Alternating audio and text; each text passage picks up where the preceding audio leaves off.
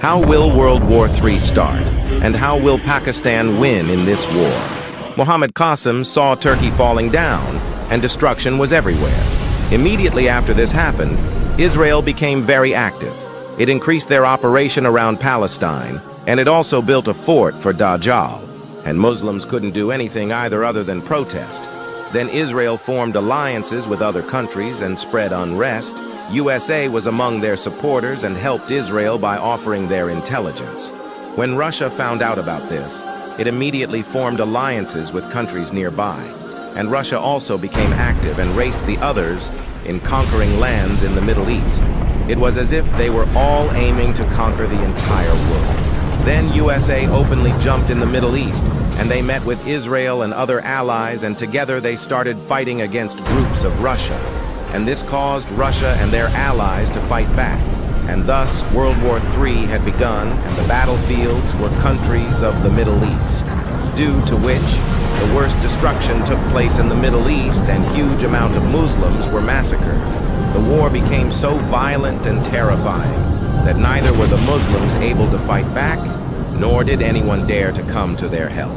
The bloodshed slowly spread throughout countries such as Egypt, Sudan, Saudi Arabia, Kuwait, UAE, and almost every part of the Middle East. The team of Israel were constantly gaining more and more allies, and even some Muslim countries also became allies with either USA or Russia. Both superpowers wanted to conquer most of the lands, and whichever territory they attained, they held onto it firmly. And they continued fighting one another while massacring the Muslims. On the other side, Pakistan grew stronger and started expanding. But then India, who was allied with Israel, started attacking Pakistan. USA, Israel, and even many other Middle East countries helped India against Pakistan. They all intended to destroy Pakistan completely. So Pakistan had a very large amount of enemies, but Allah protected Pakistan with around 3,000 black fighter jets. Then the war against Pakistan began, and with the help of Allah, Pakistan came out victorious against their enemies. Pakistan conquered all of India, as well as Bangladesh and Afghanistan, and once Pakistan claimed victory over India, Indonesia and Malaysia also became allies of Pakistan. Then Pakistan jumped in the Middle East by the will of Allah, and they fought with both superpowers using the powerful black fighter jets.